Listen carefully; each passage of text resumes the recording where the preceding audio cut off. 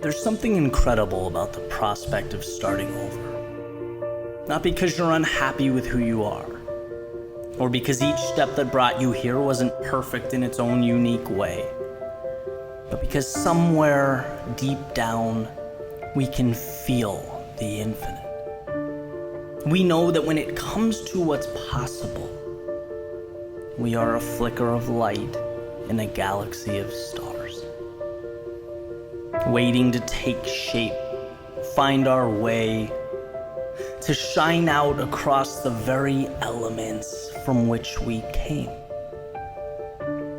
See, beginning again simply means a new chapter.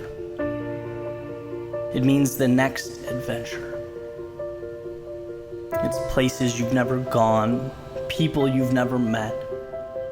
It's stories untold and dreams still dancing around in your head. There's an old Dr. Seuss quote I remember as a kid. He said, "Sometimes you will never know the value of a moment until it becomes a memory." And turning the page on that chapter is, if nothing else, a temporary reminder that we are in the very moments we'll look back on and smile. It shines a spotlight on the people that mean the most and reassures us that the small stuff just might be the big stuff. After all, life doesn't dwell on the heartbreak or the times we fell, but the times we got back up. The times we looked with confidence at the road ahead and smiled at the horizon as each fleeting moment is discovered for the very first time.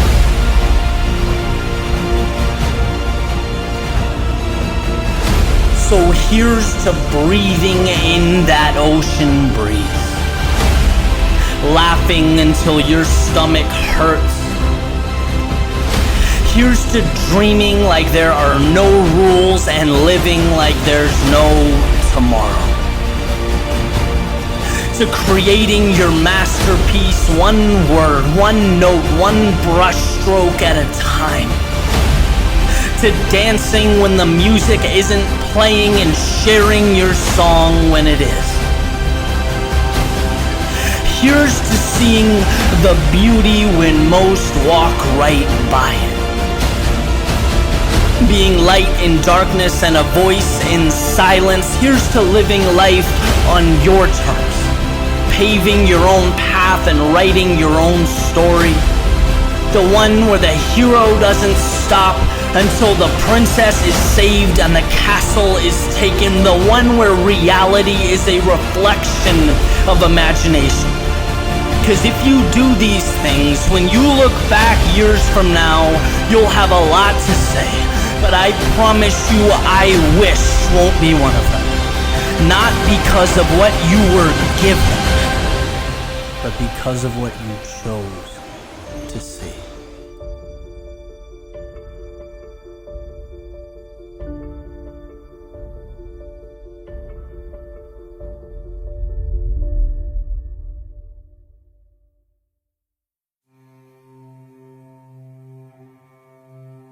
How do you visualize the road you're on? With its twists and turns, smooth terrain, rough terrain, straightaways, hills, what does it all mean? Do you find it odd that it gets more challenging as you get closer to your destination? Right? The further along you get, the more tension life puts between you and the finish line. Almost like the universe is adamant about weeding out those who think they can skate by. What is the difference between saying you want it and really wanting it? Perhaps it's a willingness to fight through a storm just for the opportunity to find calm and serenity in its center.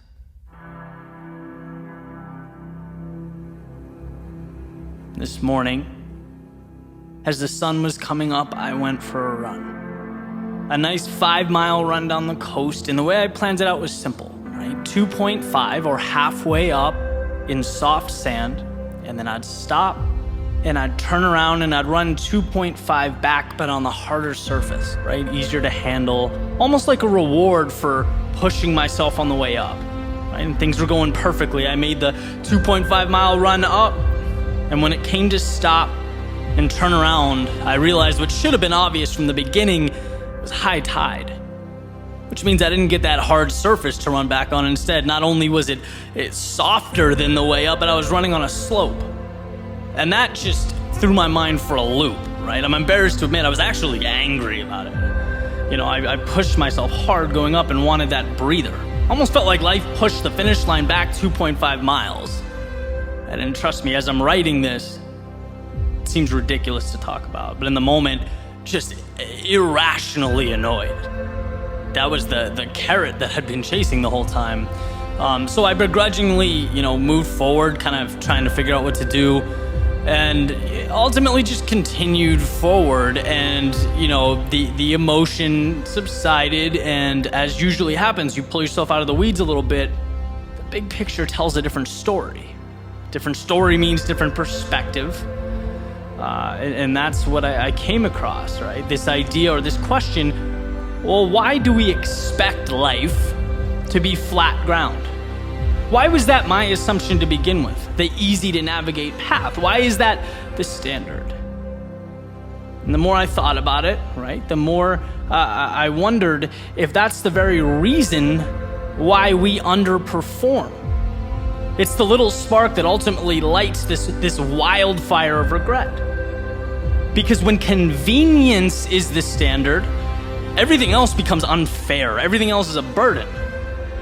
When the road should be flat, what are we to make of the hills in our path? Thinking life should be easy, it provides oxygen to a victim mentality. And sometimes it takes these little experiences for me to refocus on these subtle realities. The flat ground is not the standard, it is earned.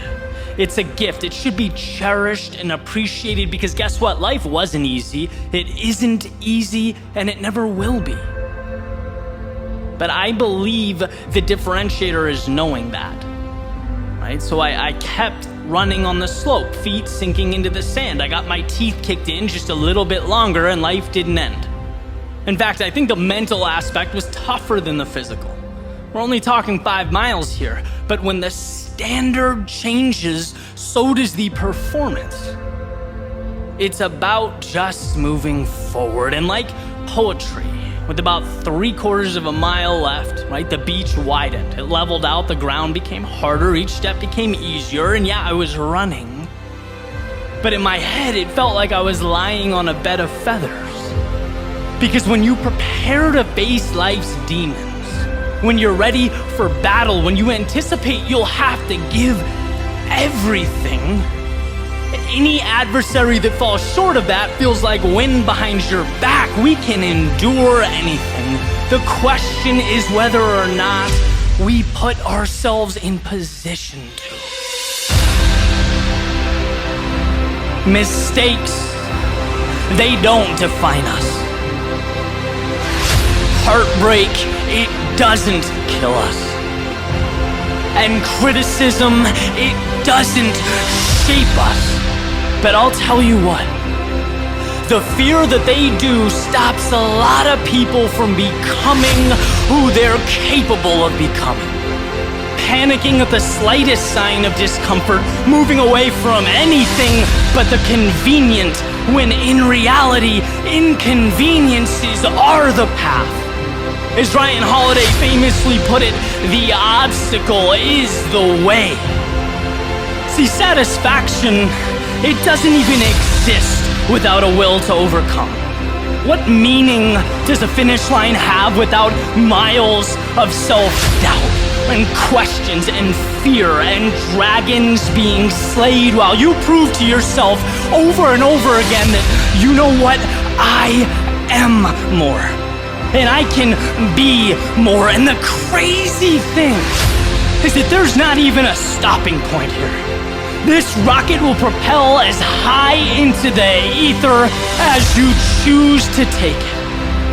And look, it's not about running on slight inclines or sinking a few inches into the sand. It's not about being rejected, losing, or castigated by 7 billion self-interested souls. No. It's about not being scared to take the bridge that connects current to future. Complacency to recreation, the known to the seemingly impossible. You're made of so much more than you give yourself credit for. You are so much stronger than you think you are. So for yourself and for the world, capture that. Own it. And redefine what it means not to simply exist, but to your core, with every ounce of your being, your soul, every fiber in your body, to truly live.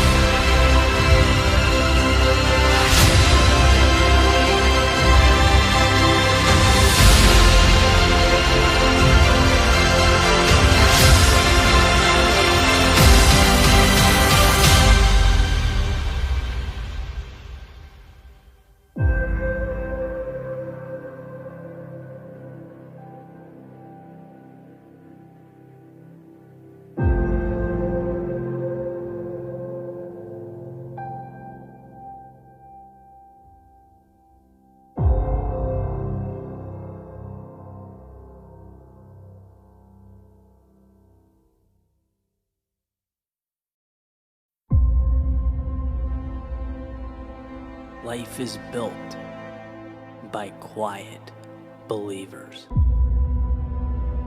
Those who see what is not and transform all that is. Who poke holes in truth and embrace the absurd. The ones who dream while awake and cherish every moment.